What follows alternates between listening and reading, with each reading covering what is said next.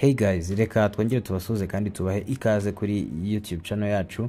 So uyu munsi tugiye kurebera hamwe igisobanuro cyitwa synchronization n'impamvu ya synchronization kugira ngo tuze kuva hano dusobanukiwe uko bikora, kuko ibyo ni ijambo muzagenda muhura naryo mu bihe bizaza n'ubundi nimukomeza kuba muri industry ya crypto.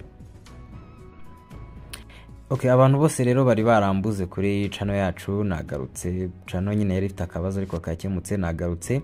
Dukomeze tubane, mu subscribe, mu sharing nk'ibisanzwe. Iyi channel noneho turaza kwiharira ibintu bijyanye no kumininga gusa. Okay, ikintu cyambere ugiye gukora, fungura application ya Pi Network, uminingiramo, nurangiza uze ukande kuri buriya burongo butatu buri hejuru mu nguni, hanyuma numara gukandaho uhitemo ahanditse Pi browser, hanyuma ukande ahanditse sign in to Pi browser.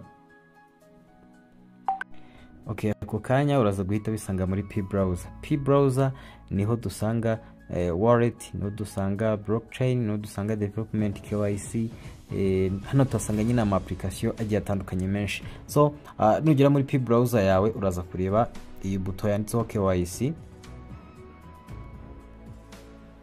Ibi bintu birareba buri muntu wese, waba warapasinze KYC, waba utarapasinze KYC, buri muntu wese iki gikorwa kiramureba, agomba kugikora.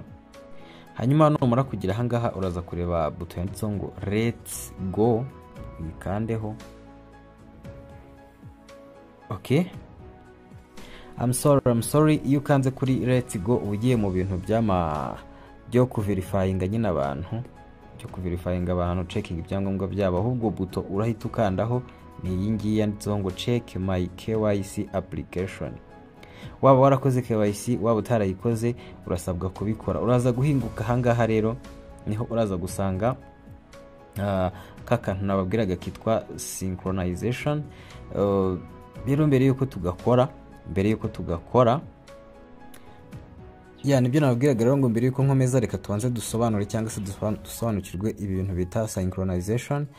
No kuvuga ngo synchronization bisobanura iki? Dushobora kuba tutari kubisobanukirwa neza ku bantu bamwe na bamwe. Gusynchroniza no gushaka uburyo activity ebyiri ziri gukorerwa kuri systeme imwe, zikorewe rimwe, zigendana mu gihe kimwe, sibyo?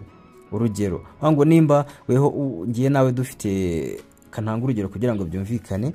Nimba ngiyewe nawe dufite konti wenda muri bank, iyo bank wenda tu suppose ko ifite application, wenda ni application ya Equity, wenda dufite $150 ngiyewe nawe.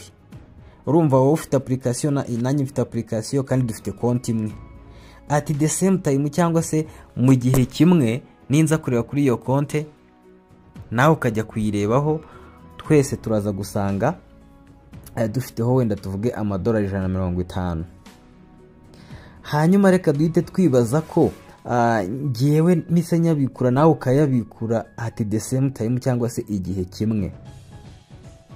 No kuvuga ngo nimbona $150 nkayabikura nawe ukayabikura kandi tubikoreye rimwe, uraza gusanga tubikuye $300, sibyo?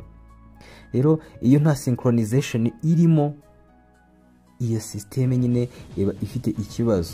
Urumva ntabwo ayo $300 mwese mwabikura ngo bikunde, kandi ntayariho. Ni handi uhita ubona nyine hari kuzanga ibintu ngo bya error, sinzi niba mujya mubibona.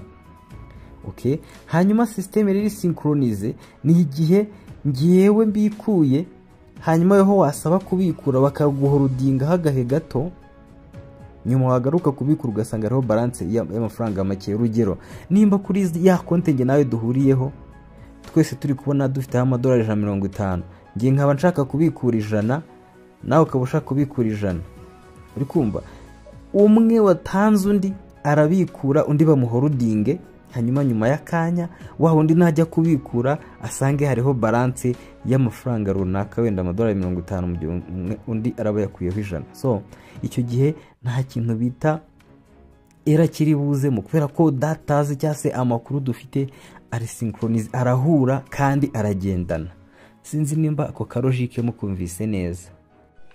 Rero nimba mwabyumvise, ibi bintu nanone bishobora gutanga amahirwe kuri ba bantu bari bafite icyo bita tentative KYC. Tentative KYC nabo bashobora guhita baboneraho opportunity. Urumva systeme nimba hari uburyo baprodingagaho mo amakuru ugasanga wenda systeme ishinzwe kuyakapturinga ntabwo yafatira mu gihe, niyo mpamvu hazagamo icyo bita izo staka nyine hakazamo ayo mayereri ku buryo iyo data zitari guhura ntago wakora activity ngikundi. Ibi bishobora gufasha abantu bafite tentative kuba bayivamo ibintu bikagenda neza. So nta kindi rero uraza gukora uretse kuza gukanda kuri aka kantu nyine ugasynchronize system, nta kindi.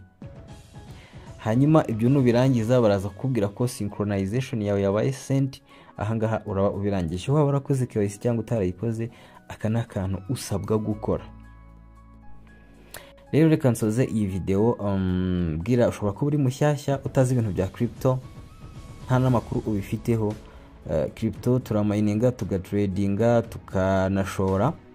So ahangaha rero tuzajya tunyuzaho n'ubundi amakuru ajyanye n'uburyo bakorera amafaranga muri mining. Nta gishoro bigusaba, ariko ushobora gukenera no gusobanukirwa ubundi buryo. Dufite YouTube channel yindi ushobora kunyuraho ukatwiyungaho, uraza kubibona muri video description.